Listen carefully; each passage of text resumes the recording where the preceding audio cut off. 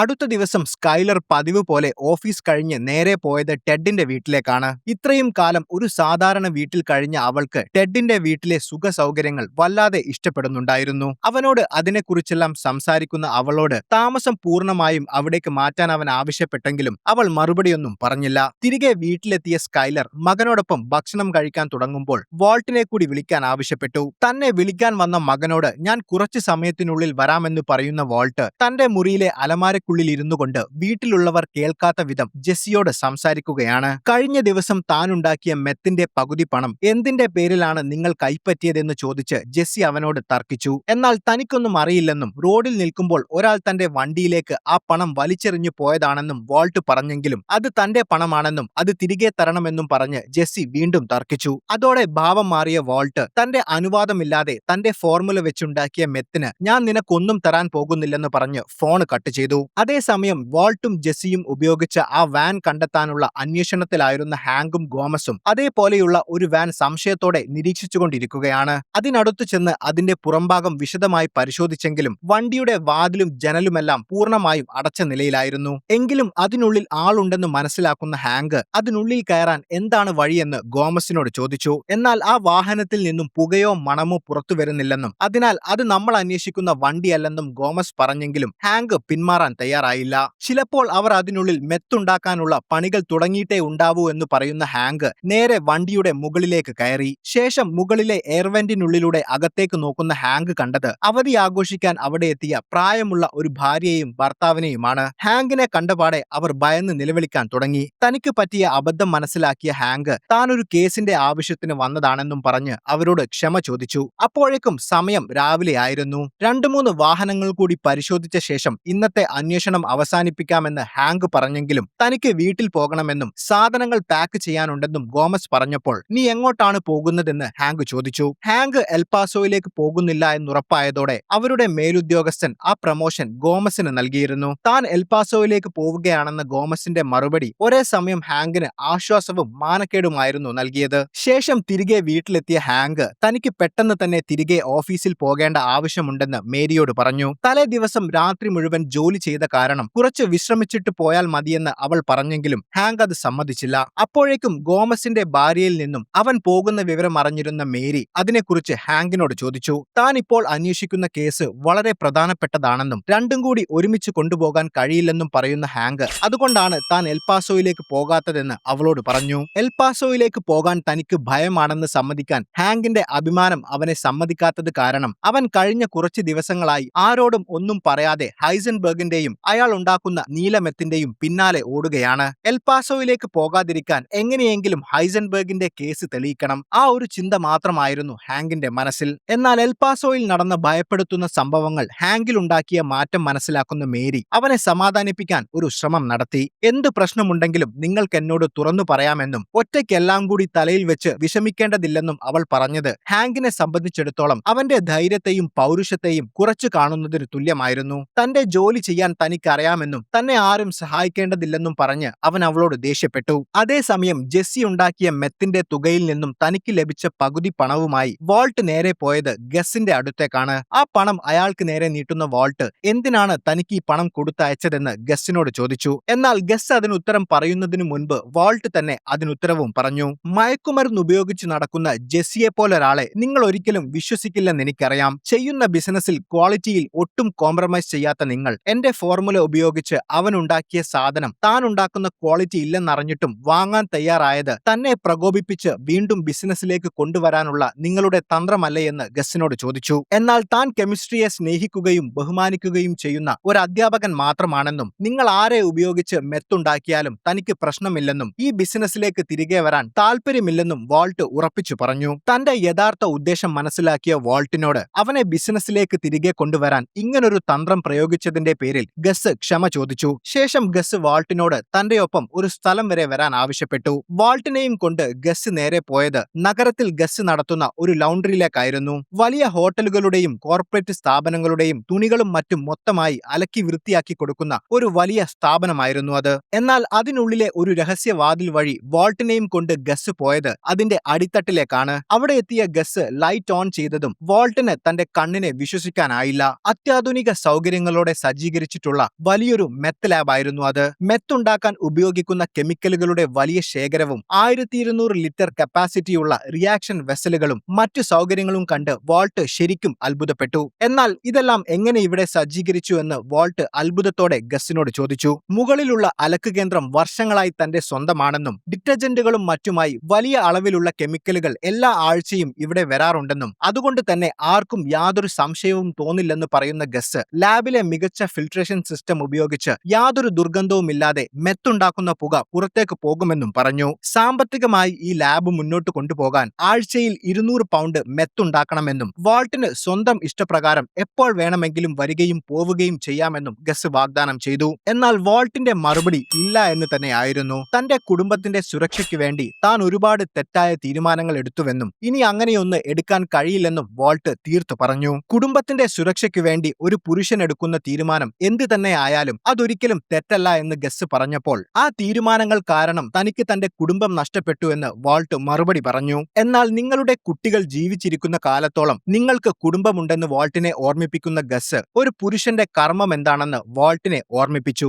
സമൂഹവും കുടുംബവും അവനെ അംഗീകരിച്ചില്ലെങ്കിലും ബഹുമാനിച്ചില്ലെങ്കിലും എന്തിന് സ്നേഹിച്ചില്ലെങ്കിൽ പോലും അവൻ അതെല്ലാം സഹിച്ച് തന്റെ കുടുംബത്തെ സംരക്ഷിച്ചേ മതിയാകൂ. കാരണം അവനൊരു പുരുഷനാണ്. ഗസിന്റെ ഈ വാക്കുകൾ വാൾട്ടിനെ ആഴത്തിൽ ചിന്തിപ്പിച്ചു. അടുത്ത ദിവസം ഹാങ്ക് തന്റെ ഓഫീസിലിരുന്ന് ജെനിസ് എന്ന ഓഫീസറുടെ സഹായത്തോടെ നഗരത്തിൽ രജിസ്റ്റർ ചെയ്ത 29 വാനുകളുടെയും വിവരങ്ങൾ ശേഖരിച്ചു. എങ്കിലും നമ്മുടെ കണ്ണിൽ പെടാതെ പോയ അത്തരത്തിലുള്ള ഏതെങ്കിലും വാൻ നഗരത്തിൽ ബാക്കിയുണ്ടോ എന്ന് അന്വേഷിക്കാൻ അവൻ അവളോട് പറഞ്ഞു. അന്നേ ദിവസം തന്നെ ആയിരുന്നു എൽപാസോയിലേക്ക് പോകാനായി ഒരുങ്ങുന്ന ഗോമസിന്റെ പാർട്ടിയും. ശേഷം പാർട്ടിയിൽ പങ്കെടുക്കുന്ന ഹാങ്ക് ഗോമസിനോട് യാത്ര ചോദിച്ചു. അവന് ആശംസകൾ നേർന്ന് യാത്രയാക്കിയ ശേഷം ഹാങ്ക് തന്റെ അന്വേഷണം തുടർന്നു. അപ്പോഴേക്കും രജിസ്ട്രേഷൻ പുതുക്കാത്തതും എന്നാൽ നശിച്ചു പോയെന്നോ മോഷ്ടിക്കപ്പെട്ടുവെന്നോ പോലീസിൽ റിപ്പോർട്ട് ചെയ്യാത്തതുമായ ഒരു വാനിന്റെ വിവരങ്ങൾ കണ്ടെത്തിയ ജെനിസ് അത് ഹാങ്കിന് കൈമാറി. തന്റെ അന്വേഷണത്തിലേക്ക് വിലപ്പെട്ട ഒരു തെളിവ് ലഭിച്ച ഹാങ്കിന് സന്തോഷമായി. അതേസമയം ജോലി കഴിഞ്ഞ് പതിവ് പോലെ സ്കൈലർ ടെഡിന്റെ വീട്ടിലേക്ക് പോവുകയാണ്. കുഞ്ഞിനെ മേരിയുടെ അടുത്ത് വെച്ചായിരുന്നു അന്ന് സ്കൈലർ ഓഫീസിൽ പോയിരുന്നത്.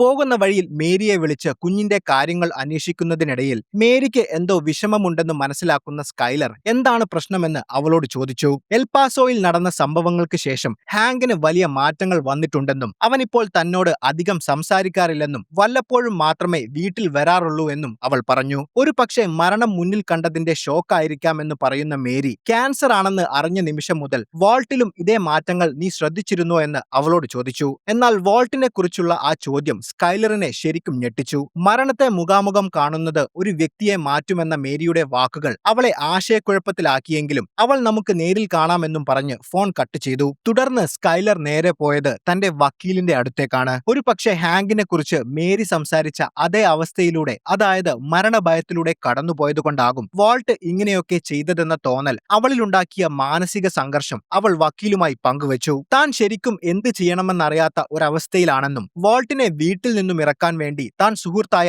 ടെഡുമായി അവിഹിത ബന്ധം തുടങ്ങിയെന്നും പറയുന്ന അവൾ അളിയനും സഹോദരിയും മകനുമടക്കം വീട്ടിൽ എല്ലാവരും തനിക്കെതിരാണെന്നും പറഞ്ഞു. അങ്ങനെയെങ്കിൽ എല്ലാവരോടും സത്യങ്ങൾ തുറന്നു പറഞ്ഞ് വാൾട്ടിനെ അവിടെ നിന്നും നിയമപരമായി പുറത്താക്കാൻ വക്കീൽ പറഞ്ഞെങ്കിലും തന്റെ മക്കളുടെ ഭാവിയെ ഓർത്ത് അതൊരിക്കലും താൻ ചെയ്യില്ലെന്ന് അവൾ ഉറപ്പിച്ചു പറഞ്ഞു. മേരിയുമായുള്ള ഫോൺ സംഭാഷണത്തിന് ശേഷം മരണത്തെ മുഖാമുഖം കാണുന്ന ഒരാൾക്ക് വരുന്ന മാറ്റങ്ങളെക്കുറിച്ച് അവൾ ആഴത്തിൽ ചിന്തിച്ചിരുന്നു. വാൾട്ടിന്റെ ക്യാൻസറും മരണഭയവും ആയിരിക്കും അവനെ ഇത്തരം കുറ്റകൃത്യങ്ങളിലേക്ക് നയിച്ചതെന്ന ചിന്ത സ്കൈലറിൽ അവനോട് സഹതാപമുണ്ടാക്കി. അതുകൊണ്ട് തന്നെ സംസാരത്തിനിടയിൽ അവൾ വാൾട്ടിനെ ന്യായീകരിക്കാനും ശ്രമിച്ചു. ഞങ്ങൾക്കിടയിൽ ഒരു ഭൂതകാലമുണ്ട്. എന്ത് തന്നെ ആയാലും അവൻ എന്റെ കുട്ടികളുടെ അച്ഛനാണ്. ഒരു പക്ഷേ അവൻ ചെയ്തതെല്ലാം കുടുംബത്തിന് വേണ്ടിയായിരിക്കും. എന്നാൽ സ്കൈലറിന്റെ ആ ചിന്തയെ രൂക്ഷമായി വിമർശിക്കുന്ന വക്കീൽ നിലവിലെ സാഹചര്യത്തിൽ വാൾട്ട് പിടിക്കപ്പെട്ടാൽ ആ പണം കൈവശം വെച്ചതിന്റെ പേരിലും അവനെ സഹായിച്ചതിന്റെ പേരിലും നിങ്ങൾ എല്ലാവരും അകത്താകുമെന്നും അയാൾ പോകാൻ തയ്യാറാകുന്നില്ലെങ്കിൽ നിങ്ങൾ എല്ലാവരും ഉടൻ തന്നെ വീട്ടിൽ നിന്നിറങ്ങുന്നതാണ് നല്ലതെന്നും പറഞ്ഞു.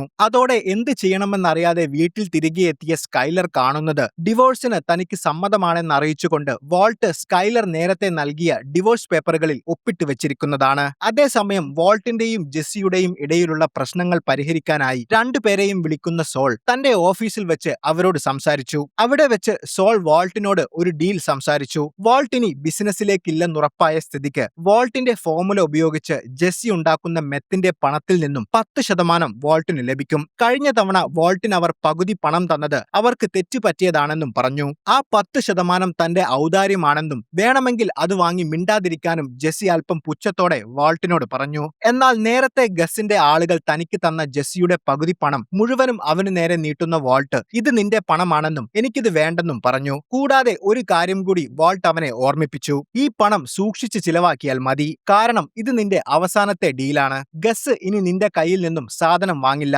ഞാൻ ബിസിനസ്സിലേക്ക് തിരിച്ചു വരികയാണ്. അയാൾക്ക് ആവശ്യം അമേരിക്കയിലെ ഏറ്റവും മികച്ച മെത്തുണ്ടാക്കുന്ന എന്നെയാണ്, അല്ലാതെ മയക്കുമരുന്നടിച്ച് റോഡിൽ കിടക്കുന്ന നിന്നെയല്ല. ഇത് കേട്ട സോൾ അത്ഭുതത്തോടെ എന്താണ് ഗസുമായുള്ള പുതിയ ഡീലെന്ന് വാൾട്ടിനോട് ചോദിച്ചു. 3 മാസത്തേക്ക് $30 ലക്ഷം എന്ന് കേട്ടതോടെ സോൾ ശരിക്കും ഞെട്ടി. ഗസുമായി വാൾട്ട് നേരിട്ട് കച്ചവടം ഉറപ്പിച്ചത് കാരണം തന്റെ കമ്മീഷൻ നഷ്ടപ്പെടുമെന്ന് ഭയന്ന സോൾ തന്റെ കമ്മീഷൻ 17% നിന്നും 15 ആക്കിയിട്ടുണ്ടെന്ന് പറഞ്ഞു. എന്നാൽ 5% വേണമെങ്കിൽ തരാമെന്ന വാൾട്ടിന്റെ മറുപടിക്ക് സോളിന് ഒന്നും പറയാനുണ്ടായിരുന്നില്ല. എന്നാൽ ഇതെല്ലാം കേൾക്കുന്ന ജെസ്സിക്ക് ദേഷ്യം അടക്കാനായില്ല. നിങ്ങൾ എന്റെ വക്കീലാണെന്നും അയാളെ സപ്പോർട്ട് ചെയ്യരുതെന്നും പറഞ്ഞെങ്കിലും താൻ ആരുടെ കയ്യിലാണോ പണമുള്ളത് അവരുടെ കൂടെയാണെന്നായിരുന്നു സോളിന്റെ മറുപടി. എന്നാൽ ഇതുകൊണ്ടൊന്നും താൻ തളരില്ലെന്നും താൻ ഇനിയും മെത്തുണ്ടാക്കി വിൽക്കുമെന്നും ജെസ്സി പറഞ്ഞപ്പോൾ നീ എന്തുണ്ടാക്കിയാലും തനിക്ക് പ്രശ്നമല്ലെന്നും പക്ഷേ അതെന്റെ ഫോർമുല ഉപയോഗിച്ചാവരുതെന്നും വാൾട്ട് ജെസ്സിക്ക് കർശനമായ മുന്നറിയിപ്പ് നൽകി. നമുക്ക് കാണാമെന്ന് പറഞ്ഞ് ജെസ്സി ദേഷ്യത്തോടെ അവിടെ നിന്നും പോയി. അതേസമയം നേരത്തെ ലഭിച്ച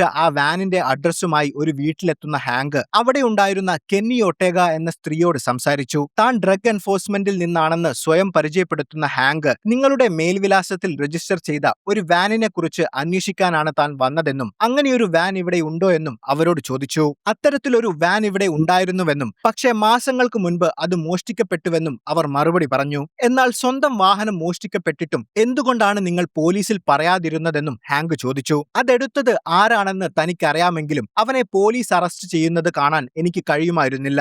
അവന് മോശപ്പെട്ട കൂട്ടുകാരുണ്ടായിരുന്നെങ്കിലും അവൻ ഒരിക്കലും ഒരു മോശം വ്യക്തിയായിരുന്നില്ല.